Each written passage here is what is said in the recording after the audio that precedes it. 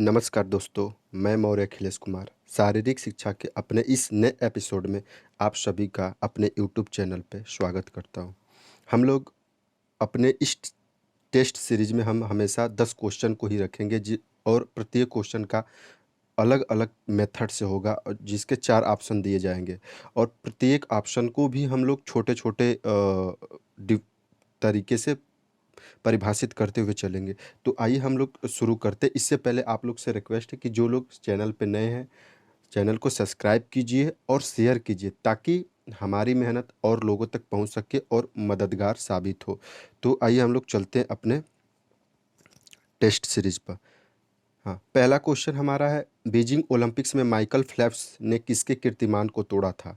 देखिए, Beijing Olympics में Michael Phelps 2008 में तैराकी के ये खिलाड़ी हैं और 2008 के बीजिंग ओलंपिक में इन्होंने 8 गोल्ड मेडल तैराकी में जीते थे। इनका पदार्पण अगर ओलंपिक में बात करें तो सन 2004 में इन्होंने अपना पहला ओलंपिक्स गेम खेला था और उसमें 6 गोल्ड और 2 रजत पदक जीते। और 2008 के बीजिंग ओलंपिक में इन्होंने 8 गोल्ड मेडल जीते और 2016 में इन्होंने 5 गोल्ड मेडल और 1 रजत पदक जीता था।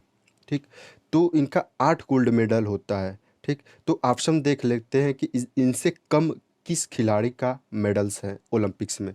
ऑप्शन ए है Mark Spitz, B Wilson Cherian, Ian Thorpe और रोडैंड मैथेस। तो सबसे पहले हम ऑप्शन ए मार्क स्पिच की बात करते हैं। तो ये भी अमेरिकी तैराक थे और उन्होंने अपना पहला ओलंपिक 1968 के मेक्सिको सिटी ओलंपिक्स में खेला था, जहाँ पे इन्होंने 2 गोल्ड, 1 ब्रॉन्ज और 1 रजत पदक इन्होंने जीता था। और फिर 1972 के म्यूनिख ओलंपिक जो पश्चिमी जर्मनी में आयोजित की गई थी, इन्होंने 7 गोल्ड मेडल जीतने का कीर्तिमान रचा था, जो कि लगातार 36 वर्षों तक कायम रहा। उसके बाद इयान थोरपे जो हैं ऑस्ट्रेलियाई ये तैराक हैं जिन्होंने 5 ओलंपिक्स मेडल्स जीते हैं और इन्होंने सिडनी ओलंपिक्स में 3 गोल्ड मेडल और 2 सिल्वर मेडल जीता था। और रोनाल्ड रोनाल्ड मैथेस जो थे, वो जर्मन खिलाड़ी हैं जिन्होंने 1968 में ओलंपिक्स में मेक्सिको सिटी में खेले और 2 गोल्ड और 1 सिल्वर मेडल के साथ जीते। और 1972 के म्यूनिख ओलंपिक्स में इन्होंने 2 गोल्ड, 1 सिल्वर और 1 ब्रॉन्ज मेडल जीता और 1976 के मॉन्ट्रियल ओलंपिक्स में सिर्फ 1 ब्रॉन्ज मेडल जीते। इस तरह से हमने देखा कि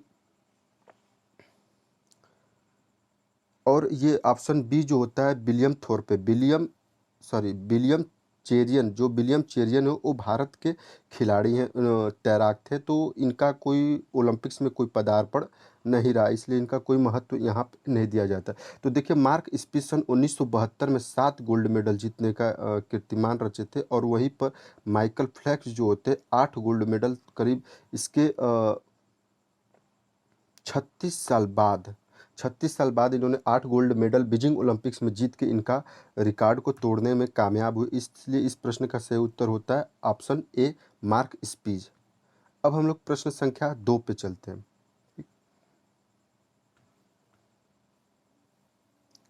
अ, है कि कौन सी जोड़ी सही होती है प्रश्न संख्या 2 में। यहाँ पे चारों ऑप्शन दिए गए, चारों ऑप्शन में से कौन-सा ऑप्शन सही है ये हमें चुनाव करना है, ठीक? तो इसके लिए हम ऑप्शन ए की जब बात करते हैं तो ऑप्शन ए में दे दे रखा है इम्पल्स उत्पाद है, किस चीज़ का? बल और दूरी का। इम्पल्स क्या होता है? हमारा आवेग। आवेग क्या होता है? जब हम किसी भी गतिमान या स्थिर वस्तु पे हम के ऊपर बाह्य बल और उसके अंदर की आंतरिक बल का दबाव पड़ता है, उसके वजह से उसकी गति में जो परिवर्तन होता है, वो आवेग कहलाता है। यानी कि जो संवेग परिवर्तन की दर होता है वो आवेग कहलाता है और संवेग परिवर्तन के लिए हमें क्या चाहिए होता है?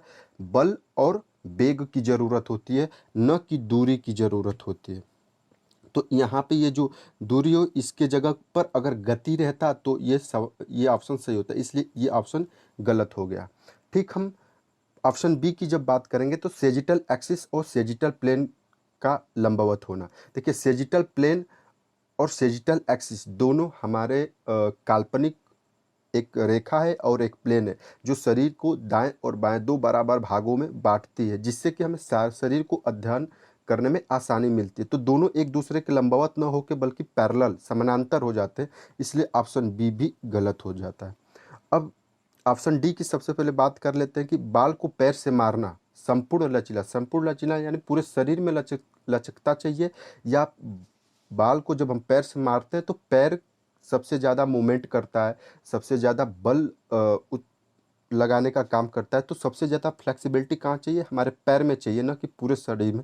इसलिए ये ऑप्शन भी गलत हो जाता है। जब हम ऑप्शन सी, जो इस प्रश्न का सही उत्तर है, वो रेखीय गति का कारण केंद्रीय बल होता है। देखिए, रेखीय गति का तात्पर्य ये नहीं होता है कि हम बस सीधी गति में चलें। जब हम किसी कर्व पे घूमते हैं और एक निश्चित पथ पे चलते हैं, वो रेखीय गति कहलाती है। तो उस समय हमें केंद्रीय बल हम पढ़ते हैं, एक सेंट्रीफ्यूगल और सेंट्रीपिटल। दोनों बल जब सही रूप से उस ऑब्जेक्ट पे काम करती है, तभी वो वस्तु किसी भी गति को सही तरीके से संपादित कर पाता है। इसलिए ऑप्शन सी इसका सही उत्तर हो जाता है। क्लियर है? अब प्रश्न संख्या हम लोग 3 पे चलते हैं। प्रश्न संख्या 3 कहता है एचबी यानी हीमोग्लोबिन किस में पाया जाता है? ठीक। ऑप्शन है लाल रक्त कणिका, श्वेत रक्त कणिका, बिम्बाणु और अस्थि मज्जा। एक अस्थि मज्जा क्या होता है? हमारे बोन के बीच में पाया जाने वाला रेशा जो होता है, बहुत मजबूत होता है, जिसको हम बोन मैरो कहते हैं। और यहीं से हमारे जितने भी रक्त की ये कणिकाएं होती हैं, ये तीनों रक्त की कणिकाएं होती हैं, का निर्माण होता है। ठीक। तो जो प्लेटलेट्स होता है, प्लेटलेट्स हमारे ब्लड को क्लॉट करने का काम में आता है। ठीक। श्वेत रक्त कणिका क्या होता है? श्वेत रक्त कणिका फैगोसाइटोसिस का काम करते हैं। फैगोसाइटोसिस का मतलब जो हमारे शरीर में जीवाणु, विषाणु और हानिकारक पदार्थ आ जाते हैं, उनको मारने का काम करता है। और लाल रक्त कणिका क्या करता है? ऑक्सीजन को पूरे शरीर में ट्रांसपोर्ट यानी कि पहुंचाने का काम करता है। तो इसके लिए क्या ऑक्सीजन लाल रक्त कणिका पहुंचाने का काम करता है। तो इसके लिए क्या होता है? हीमोग्लोबिन के अंदर ऑक्सीजन एब्जॉर्ब कर लिया जाता है। तो हीमोग्लोबिन क्या होता है? दो चीज़ों से मिलकर बना होता है। ठीक। हीम का मतलब होता है आयरन। आयरन पिगमेंट होता है जिसको हम हीमेटिन कहते हैं। यहाँ पे साइंटिफिक जो वर्ड होता है आयरन का, वो हीमेटिन होता है। और दूसरा होता है प्रोटीन, जो ग्लोब्यूलिन होता है। 95% इसमें ग्लोब्यूलिन प्रोटीन होता है और 5% आयरन यानी हीमेटिन होता है। दोनों मिलकर ही हीमोग्लोबिन का निर्माण करते हैं। और ये हीमोग्लोबिन जो होता है ऑक्सीजन को कैरी करके लाल रक्त कणिकाओं में चला आता है और वहाँ से पूरे शरीर में। तो इसलिए जो हीमोग्लोबिन होता है हमारे लाल रक्त कणिकाओं में पाया जाता है। इसलिए प्रश्न का सही उत्तर होता है लाल रक्त कणिका। अब नेक्स्ट क्वेश्चन हम लोग का प्रश्न संख्या 4 है कि क्रॉस बार पार करने के बाद पोल वाल्टर की ऊंचाई से नीचे की ओर गति करता है, तो निम्न में से किसका उदाहरण है? यानी प्रश्न को समझ लेते हैं सबसे पहले कि जब एक पोल वाल्टर होता है, ठीक, यानी लाठी कूदने वाला खिलाड़ी, जब वो अपने मैक्सिमम ऊंचाई पर क्रॉस बार लगा होता है, उसके बाद वो जब नीचे की ओर आना शुरू करता है, तो उसके अंदर कौन सी गति होती है? ठीक। तो उसको समझते हैं। ऑप्शन है नियमित गति का, नियमित रूप से त्वरित गति का, अवमंदन गति का, अनियमित अवमंदन गति का। देखिए, सबसे पहले अनियमित गति क्या होती है? एक मिनट, सॉरी।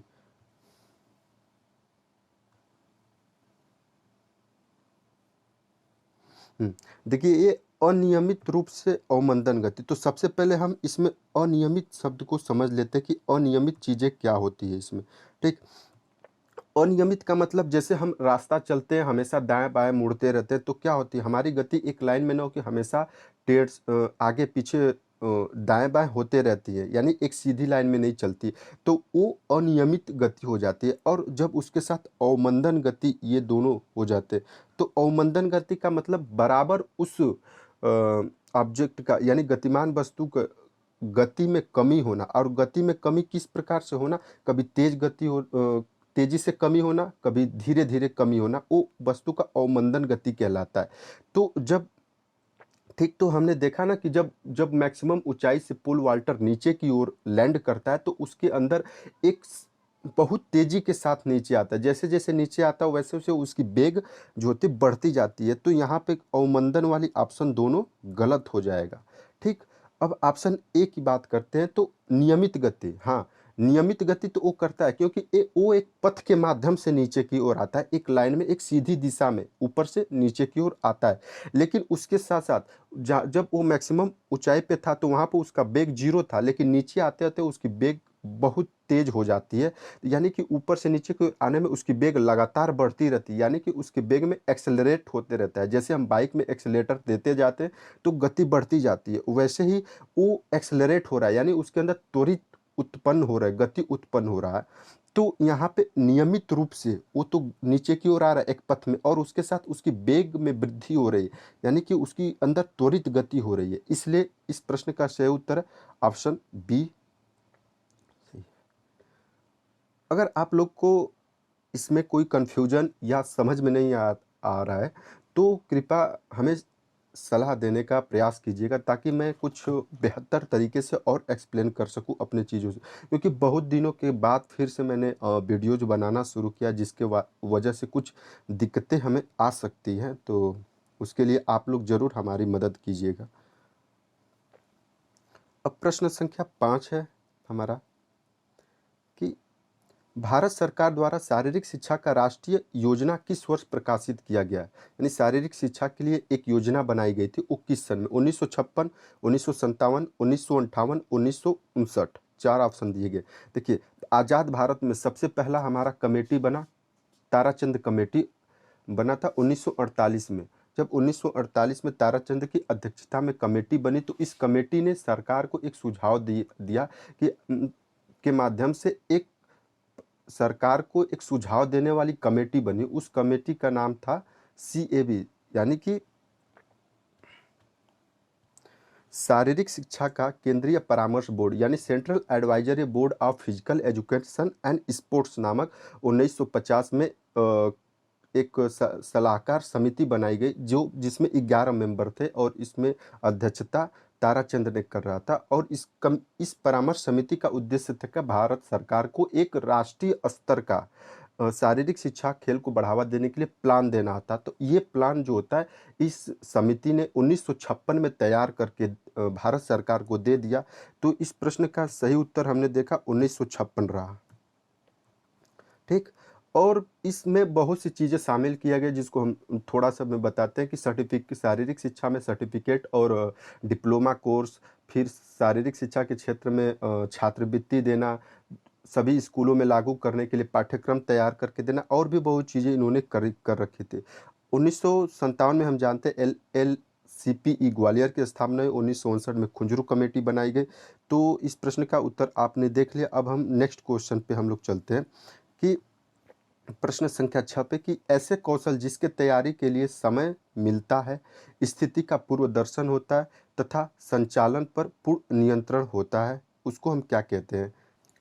तो प्रश्न का जो मतलब है उसको हम पहले समझ लेते हैं कि एक जब हम कोई कौशल सीखते हैं और उस कौशल को सीखने के लिए हमें समय भी मिलता है और उस स्किल में हम पहले के सीखे गए अनुभव का भी इस्तेमाल करते हैं और वो एक नियंत्रित अवस्था के माध्यम से संचालित की जाती है जिसमें हम अपने को नियंत्रित रख के काम करते हैं। तो उस प्रकार का कौशल क्या कहलाता है? तो ऑप्शन दिया है बंद कौशल यानी क्लोज्ड स्किल, गतिकृत कौशल यानी कि सेल्फ स्किल, मिश्रित गतिकृत कौशल जिसको हम मिक्स्ड स्किल कहते हैं और बाह्य गतिकृत कौशल यानी कि एक्सटर्नली पेस्ड स्किल।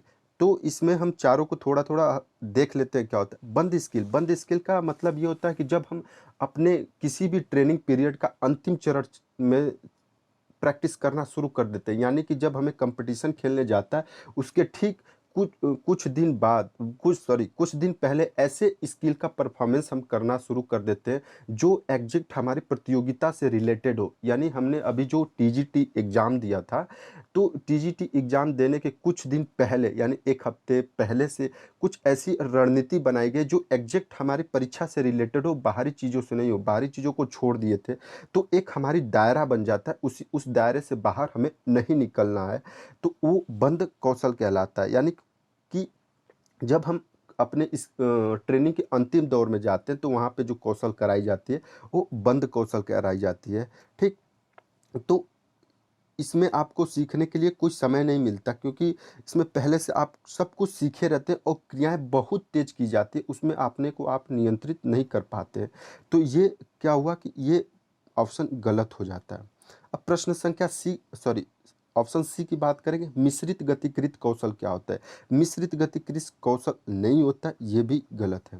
अब वाह्य गतिकृत कौशल क्या होता है? वाह्य गतिकृत कौशल का मतलब होता है एक्सटर्नली बेस्ड स्किल, यानी कि जब एक खिलाड़ी किसी बाह्य कौशल जब अपनी कौशल को किसी बाह्य ऑब्जेक्ट कारक के माध्यम से संचालित करता है, तो वो बाह्य गतिकृत कौशल कहलाता है। जैसे कि हमें 100 मीटर दौड़ को दौड़नी है, तो वहाँ पे क्या होता है, जो ऑफिशियल होते हैं सेट ऑन योर मार्क्स और गो का सिग्नल देते हैं, तब हम अपना रन को स्टार्ट करते हैं, यानी बाहरी कारक के ऊपर हमारी दौड़ निर्भर हो रही है। जब हम डांस करते हैं, पीटी करते हैं, व्यायाम करते हैं, तो वहाँ पे हम व्हिसिल का प्रयोग करते हैं, सीटी का प्रयोग करते हैं, डंबल्स का प्रयोग करते हैं, ड्रम बजाने का प्रयोग करते हैं, उसके माध्यम से हम स्किल्स को प्रदर्शित करते हैं। तो ये चीज़ें वह गतिकृत कौशल के अंतर्गत आती है, तो ये भी गलत होता है। लेकिन जब हम इस प्रश्न के सही उत्तर ऑप्शन बी की बात करेंगे, स्वगतिकृत कौशल, तो स्वगतिकृत कौशल के अंदर ये चीज़ें आती है कि जब खिलाड़ी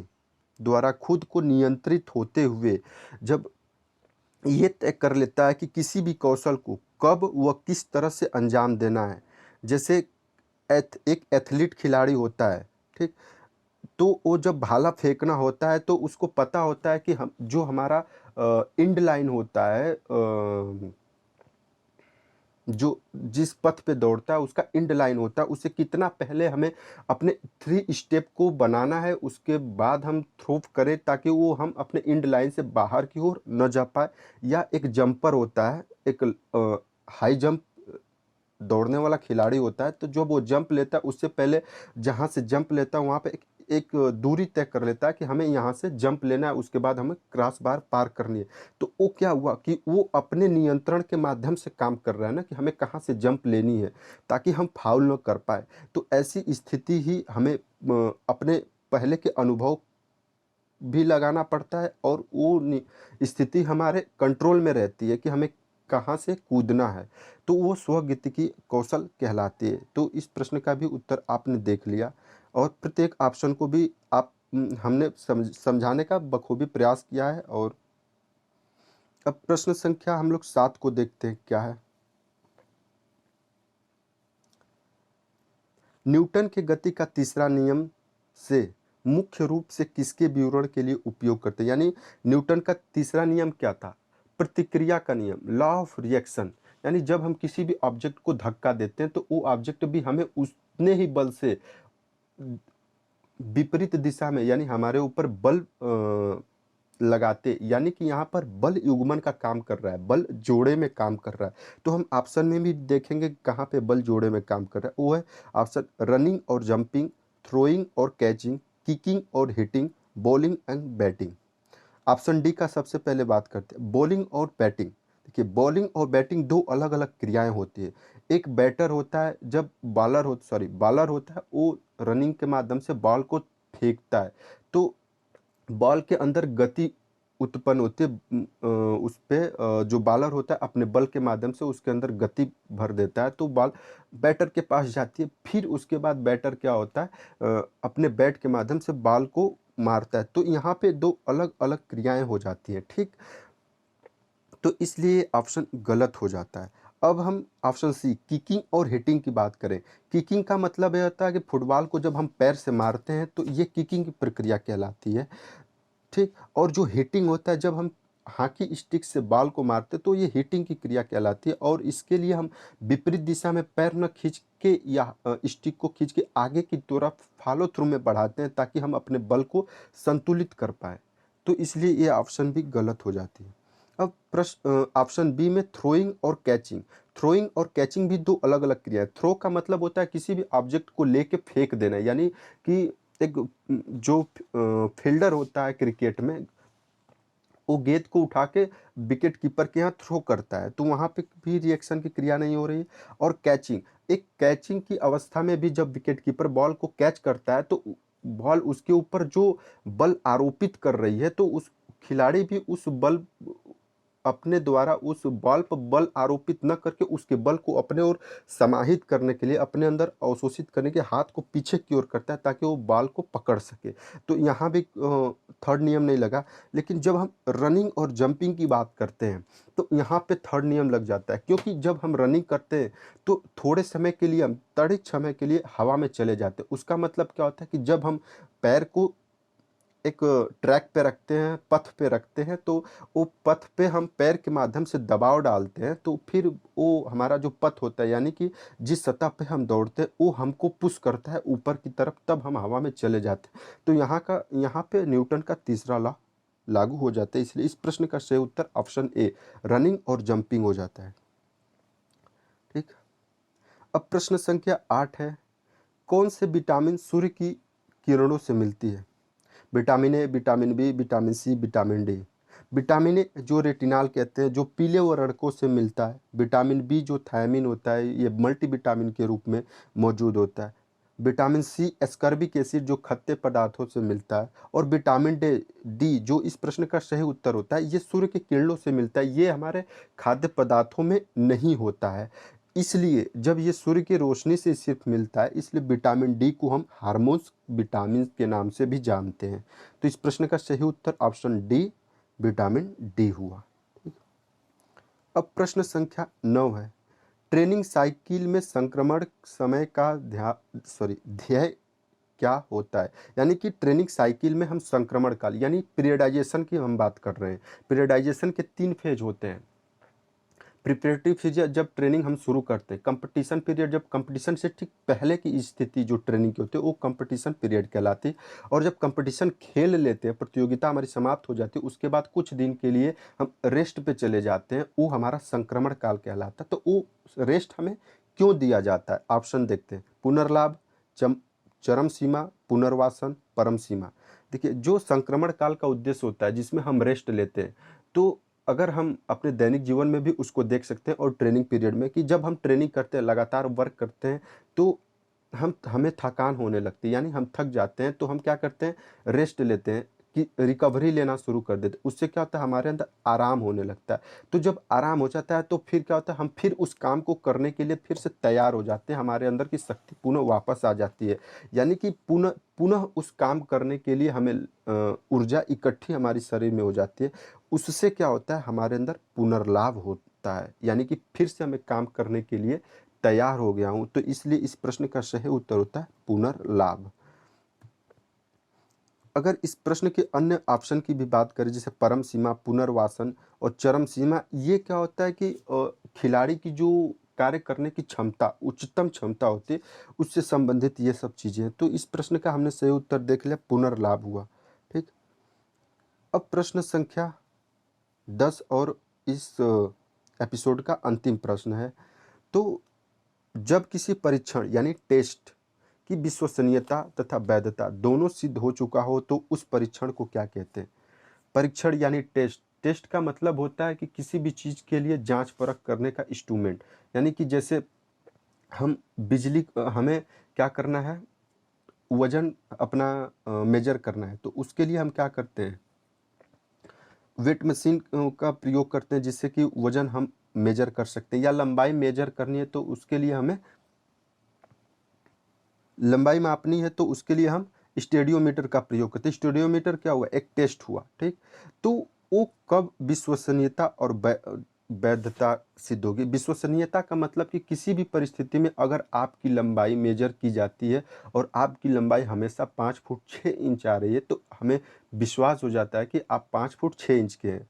ठीक। और वैध तब माना जाएगा जब आप स्टेडियोमीटर से ही आपको मेजर किया जाए, यानी कि जो इक्विपमेंट जिस परीक्षण के लिए बना है उसी में प्रयोग होता है, तो वो परीक्षण वैध माना जाता है। और परिणाम जब हम हर स्थिति में बराबर आता है, तो उस परिणाम को पर हम विश्वास करने लगते हैं कि यही फैक्ट है, यही सही है, वो विश्वसनीयता होती है। तो हम ऑप्शन में उन चीज़ों को देखते हैं कि क्या है, वस्तुनिष्ठ परीक्षण, शिक्षक द्वारा निर्मित परीक्षण, मानकीकृत परीक्षण और व्यक्तिनिष्ठ परीक्षण। ऑप्शन ए, वस्तुनिष्ठ परीक्षण। वस्तुनिष्ठ परीक्षण का मतलब आमतौर पर हम जैसे अपने यहाँ कंपटीशन होता है, अपने लोकल जगह पे, स्थानीय जगह पे कोई प्रतियोगिता कराते हैं, तो हम एक स्टैंडर्ड मानक की प्रतियोगिता से हट के उसके मानक को तय कर देते हैं, ये वस्तुनिष्ठ परीक्षण हो जाता है, यानी कि स्थानीय लोगों के द्वारा बना दिया जाता है, शिक्षक द्वारा। तो इसलिए ये इस चीज़ को हम विश्वसनीयता और वैधता नहीं करार सकते, इसलिए ये ऑप्शन गलत हो जाता है। ठीक। ऑप्शन बी है शिक्षक द्वारा निर्मित परीक्षण। शिक्षक द्वारा निर्मित परीक्षण का तात्पर्य वो अलग कि प्रत्येक शिक्षक अपने अनुसार अब उसके यहाँ जो जो इक्विपमेंट है, जो सुविधाएं हैं, जैसी संख्या है, उसके अनुसार हर टेस्ट को बनाता है हमारा परीक्षण लेने के लिए। जैसे हमारे स्कूल में अलग व्यवस्था हो, आपकी स्कूल में अलग व्यवस्था हो, तो ये हर शिक्षक अपनी सुविधा अनुसार जो टेस्ट तैयार कर देता है वो शिक्षक द्वारा निर्मित टेस्ट होता है। तो ये भी विश्वसनीय और वैध नहीं हो पाता, क्योंकि प्रत्येक शिक्षण शिक्षक अलग अलग मानक तय कर देते हैं अपने यहाँ टेस्ट लेने के लिए। ठीक। अब ऑप्शन डी व्यक्तिनिष्ठ परीक्षण क्या होता है? व्यक्तिनिष्ठ परीक्षण का मतलब ये एक तरह से लिखित टाइप में हो जाता है, किसी भी चीज़ को एक शॉर्ट वे में समझाने की प्रक्रिया या ऑप्शनल परीक्षा टेस्ट लेना, जैसे हम ये टेस्ट सीरीज चला रहे हैं, तो ये व्यक्तिनिष्ठ परीक्षण के अंतर्गत आ जाता है, तो इसलिए ये ऑप्शन भी गलत हो जाता है। लेकिन जब हम मानकीकृत परीक्षण की बात करते हैं, मानक एक मानक बना दिया जाता है, एक नॉर्म्स बनाया जाता है, एक लेबल बनाया जाता है, जिस पर ही सभी चीज़ों को हम सही तरीके से मेजर कर सकते हैं। इसलिए इस प्रश्न का सही उत्तर जो मानकीकृत परीक्षण होता है, जिसमें एक नॉर्म्स तैयार कर दिया जाता है कि आप अगर सेना में हम भर्ती होने जाते हैं, या हम लोग जब हम लोग बीपीएड और एमपीएड के लिए इंट्रेंस टेस्ट देने गए, फिजिकल टेस्ट देने गए, तो वहाँ पे मानक तय होता है कि आप कितना मेडिसिन बॉल थ्रो करोगे तो कितना नंबर मिलेगा, या आपका जो स्किल टेस्ट है किस लेवल पे प्रदर्शन करोगे तो कितना आपको मिलेगा, या आपको फिर जो 50 यार्ड की दौड़ होगी, आपकी स्पीड मेजर करने के लिए कितने समय में आप तय करोगे, तो उसके हिसाब से नंबर फिक्स है और उसमें पक्षपात भी नहीं हो पाता। तो ये एक मानकीकृत परीक्षण कहलाता है। और इसी के साथ हमारा ये सीरीज बंद होता है, ख़त्म होता है। तो आप लोग से रिक्वेस्ट है कि आप लोग हमारे प्रयास और मेहनत के लिए सब्सक्राइब और शेयर ज़रूर करेंगे, ताकि और लोगों तक हमारे वीडियोज पहुंच सके, और हमें भी कुछ नया करने के लिए सोचें, और आप अपना सलाह ज़रूर दें, ताकि हम और बेहतर कुछ शामिल कर सकें और बेहतर किसी भी चीज़ को एक्सप्लेन कर सकें। धन्यवाद।